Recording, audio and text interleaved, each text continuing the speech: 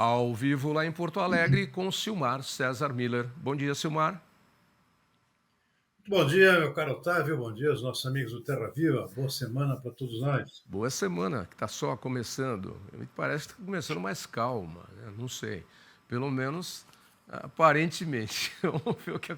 Mas o Duval já vai ter que usar a tornozeleira lá. O senador foi para os Estados Unidos, não podia ir, deu uma escapadinha, desceu do aeroporto já, claro, engatilharam o calcanhar dele. Que temos para hoje, Silmar? Vamos lá. Tavinho, expectativa essa semana, né? A entrada de vigência do tarifaço, né? No caso do Brasil, é amanhã, né? Amanhã é o último dia, né? Entra em vigor, na verdade, na quarta-feira, dia 6. E para outros países, no dia 9. Portanto, a semana aqui de finalmente entrar em vigor todas essas ameaças de tarifaço do presidente Donald Trump.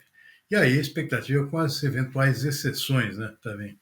Talvez, no caso do café, aí haja alguma exceção. Muita expectativa para a semana sobre a possibilidade de exceções que beneficiem especialmente o setor do agro brasileiro. Você tem reunião agora há pouco em Brasília com setores do agronegócio mais afetados para tentar encontrar alternativas, né, contra a eventualidade de não acontecer nada de parte do governo americano.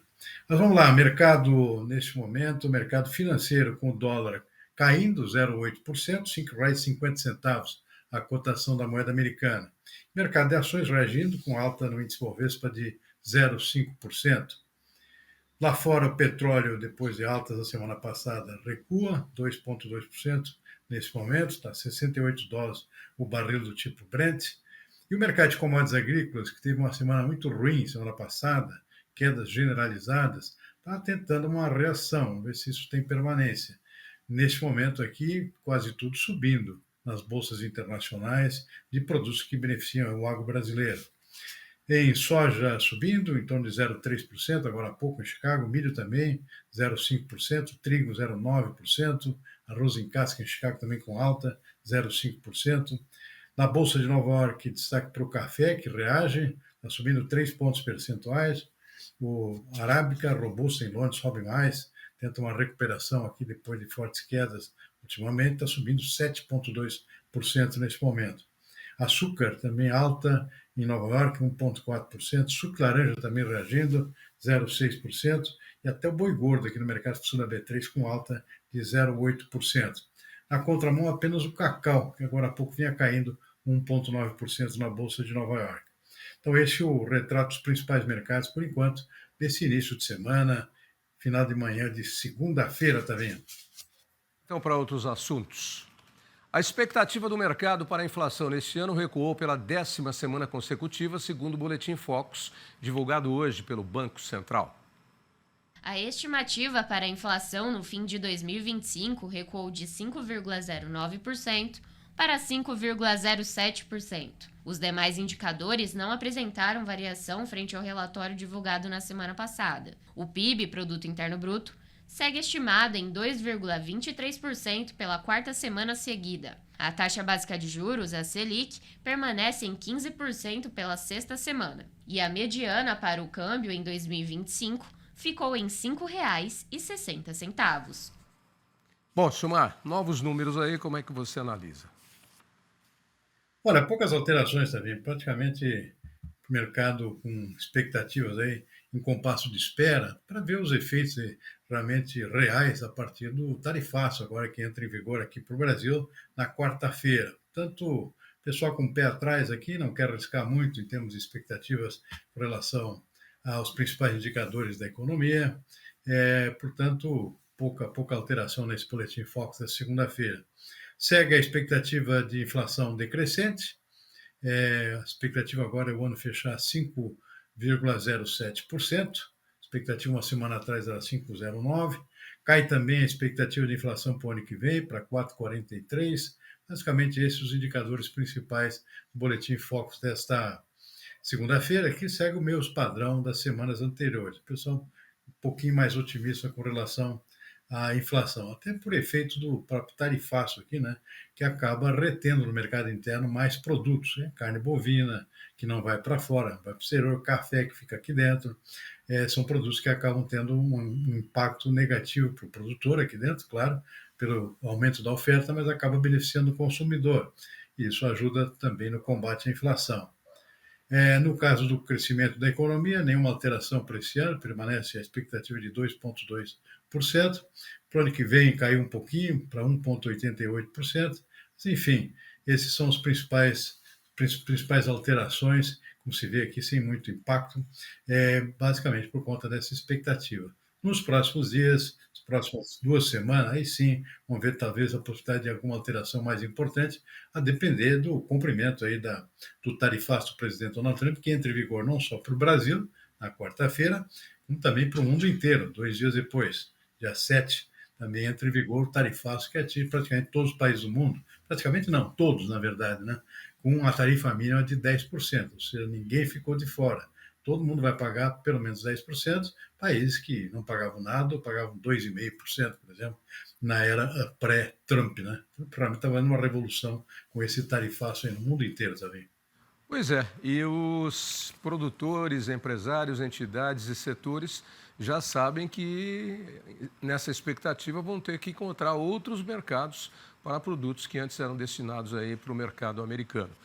E nessa leva, a China autorizou 183 empresas brasileiras a exportarem café para lá, segundo a embaixada chinesa no Brasil. As novas licenças para exportar café à China têm validade de 5 anos, de acordo com a embaixada. A medida vai beneficiar os exportadores que foram afetados pelo tarifaço imposto pelo presidente dos Estados Unidos, Donald Trump. Prevista para entrar em vigor no dia 6 de agosto, a nova taxa representa um desafio para exportadores brasileiros, que vendem cerca de 8 milhões de sacas de café por ano aos Estados Unidos.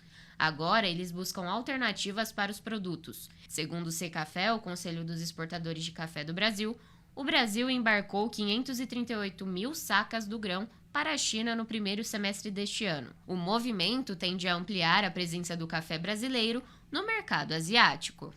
Bom, Sumar, será que o bagunçaço, ou melhor, tarifaço do Trump aí, vai ajudar o sonho dos cafeicultores brasileiros, exportadores de café do Brasil, que é aquele todo chinês bebendo uma xícara de café por dia? Será que o bagunçaço do Trump vai nos ajudar? Haja café para atender todos 1 bilhão e 400 milhões de pessoas, né, também. Haja Bom, a café. notícia é boa, a notícia é boa, existe um certo oportunismo ali, é claro, o chinês aproveitando também para aproximar o relacionamento aqui com o agro brasileiro, bem na época aqui que nos Estados Unidos nos fecha o mercado para o café.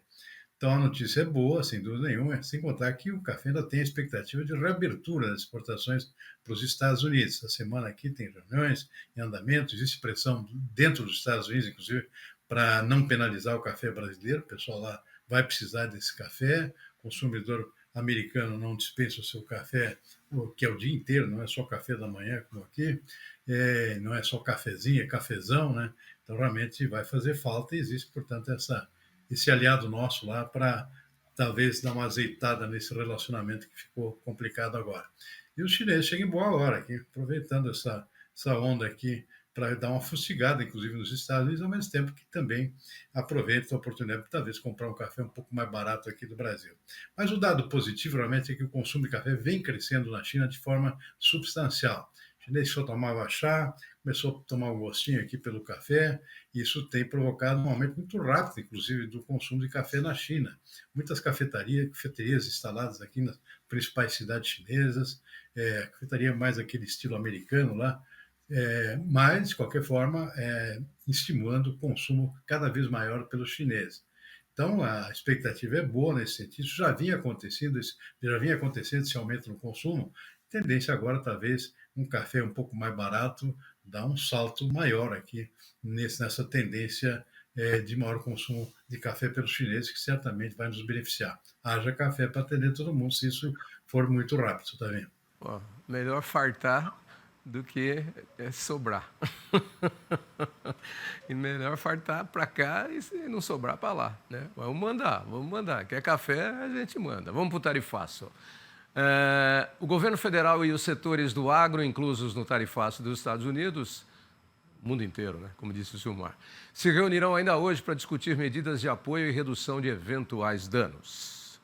Devem estar presentes o vice-presidente da República e ministro do Desenvolvimento, Indústria, Comércio e Serviços, Geraldo Alckmin, e o ministro da Agricultura, Carlos Fávaro, além de representantes dos segmentos do café, pescados, frutas e carne bovina. O setor de pescados foi o primeiro a solicitar formalmente 900 milhões de reais em financiamentos subsidiados para a capital de giro das empresas. Já os exportadores de café mantêm a expectativa de o produto passar à lista de exceções. Segundo o setor, a intenção é buscar a negociação bilateral, consenso em urgência e foco na pauta econômica. Na última sexta-feira, exportadores de frutas também foram avisados que alguns itens poderão ficar isentos, como a manga e o cacau, mas a isenção ainda não foi confirmada. Bom, vamos lá, aguardando aí na reta final aí, antes de cruzar o disco, vamos ver o que é que vai dar, porque a partir de depois de amanhã, quarta-feira, dia 6, está valendo para o mundo inteiro o tarifaço do Trump. É o New Deal by Trump. Já tivemos o New Deal no passado, este é o New Deal by Trump, the New World. Vamos lá, Silmar. Pode mudar alguma coisa ainda? Olha, café tem essa expectativa, né? Até por interesse dos americanos, não tem muita alternativa. Pescados, a gente tem a alternativa aqui de congelamento, né? E armazenamento, claro, vai precisar de financiamento para isso. Foi o primeiro setor a solicitar esse tipo de recurso aqui. Carne bovina, eventualmente, daria para derivar para outros destinos, além do próprio mercado interno, embora seja um pouco complicado no curto prazo. O setor mais delicado é o de frutas, né? Frutas, realmente, se não houver uma solução para alguns tipos de fruta, não tem outra alternativa a não ser deixar a fruta no pé. E começa com a manga aí, né? Na região do Vale do São Francisco, a fruta pronta para ser colhida agora a partir desse mês. E aí, se não houver nenhuma saída para isso, não vale a pena colher, né? Isso vai gerar desemprego no setor, que é o pessoal que colhe as frutas lá, tudo é manual, né? Então, realmente, essa é a grande preocupação mais urgente, digamos assim. E não é só a manga, né? Depois tem outras frutas também, né? Que vão entrar agora na fase de colheita, uva do Nordeste, por exemplo, uva de Pernambuco, aquela região lá do norte da Bahia também.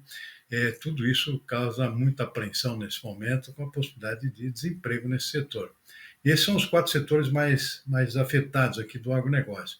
Agora, se contar os demais, né, em outros setores da indústria, a coisa até é bem mais complicada, né, também. Embora exista também essa possibilidade de financiamento, férias coletivas, né, muitas empresas já estão pensando nisso, setores da indústria, por exemplo, para dar uma parada aqui, para ver a temperatura baixar aqui e ver o que acontece depois. Mas tudo isso vai exigir muito dinheiro, né, também. Financiamento por parte do governo aqui para segurar esses empregos, assim como aconteceu na pandemia, né? Basicamente vai se repetir para alguns setores aquilo que afetou bastante toda a economia brasileira na época da pandemia do coronavírus. E vai afetar a economia global. Você citou a pandemia aí da Covid-19, vai afetar a economia mundial. É um novo chacoalhão aí que a economia mundial vai ter. Já teve com a Covid, que era uma coisa que ninguém esperava, e agora com esse tarifaço do Trump aí que inaugura uma nova era nas relações comerciais internacionais. Vai mexer com tudo e tem que puxar mesmo na ponta do lápis aí, ou da caneta, um cronograma aí para tentar prever as consequências piores e as menos piores, porque que vai ser ruim para todo mundo. O menos ruim, que já é ruim, é ter que remanejar as coisas. Não mandava para cá, vai ter que mandar para lá, vendia para cá, vai ter que vender para lá. Mas isso muda toda a logística de contêineres, de aviões, enfim, muda tudo, mexe com tudo. O que já está pronto para ser embarcado, o que não está, o que vai estar, não vai mais para cá, mas vai para lá. Enfim, vai mexer. É a nova versão da Covid. Essa é a Covid tarifaço. Deve ser. Vamos botar esse nome aí nela. E é no mundo inteiro, né? Mesmo os países aí que normalmente nos compravam um determinado produto com uma determinada quantidade, né? Vão sofrer um tarifaço, não vão poder exportar para os Estados Unidos também, possivelmente também vão ter que fazer um mexe-mexe aqui nas suas necessidades também de importação, né? Então, alguns setores, por exemplo, alguns países, por exemplo, sobre os quais não haveria nenhum problema nas nossas exportações, pode haver problemas, porque esse país também precisa dar uma reviravolta geral no seu comércio exterior por conta do efeito Donald Trump, né? Então, acaba todo mundo sendo afetado de uma forma ou de outra. Porque não é que o comércio exterior ou o comércio mundial estava acomodado. Existia uma lógica nas coisas e eram acertadas Claro. arestas, detalhes, quando aconteciam alguns problemas disso e daquilo, tarifa de preço, etc. e tal, falta de produto, mas não uma mexida geral como essa, né? Mais ou menos como eu. Moro aqui depois do Parque do Ibirapuera, pertinho aqui do nosso estúdio. Eu tenho um caminho que eu faço. Não, tem um não, você conhece. Eu tenho uma meia dúzia de caminhos dependendo do trânsito, mas todos eles passam em torno do Parque do Ibirapuera, né? Que não dá para cruzar de carro por dentro. Se um dia acontecer de explodir um vulcão dentro do Parque do Ibirapuera e todo esse entorno aqui ficar bagunçado e alterado, eu não sei como é que eu vou fazer, mas vai mexer com a minha vida e com a minha rotina. Eu vou ter que arrumar outros caminhos e outros tempos. É o que vai acontecer com o comércio mundial a partir da próxima quarta-feira. Mais ou menos isso, né? Sem dúvida, é mais ou menos isso aí mesmo. Tá bom, vamos embora. Vamos para o tempo aí agora, porque parece que vem. Então, como é que está o tempo aí em Porto Alegre, Silmar, hoje? Olha, choveu durante o fim de semana, agora, mas com um certo calor, agora a tendência é esfriar, né? Foi muita chuva aqui, inclusive com inundações em algumas regiões. O Rio Grande Aqui, do Sul realmente está fadado a sofrer com frequência esse tipo de excesso de umidade, né? Agora deu uma paradinha e vem, volta o frio. Agora a semana vai ser de muito frio. Depois o frio também vai para São Paulo e assim por diante. vem para cá, mas podia vir um pouco dessa chuva aí. Pô, ontem foi um dia horrível aqui em São Paulo. Quando deu a tarde, depois do meio-dia, a temperatura começou a subir rapidamente, 11 horas já, 10h30. Foi parar lá em 29 graus, mas sem nenhum vento, tudo seco, muito seco.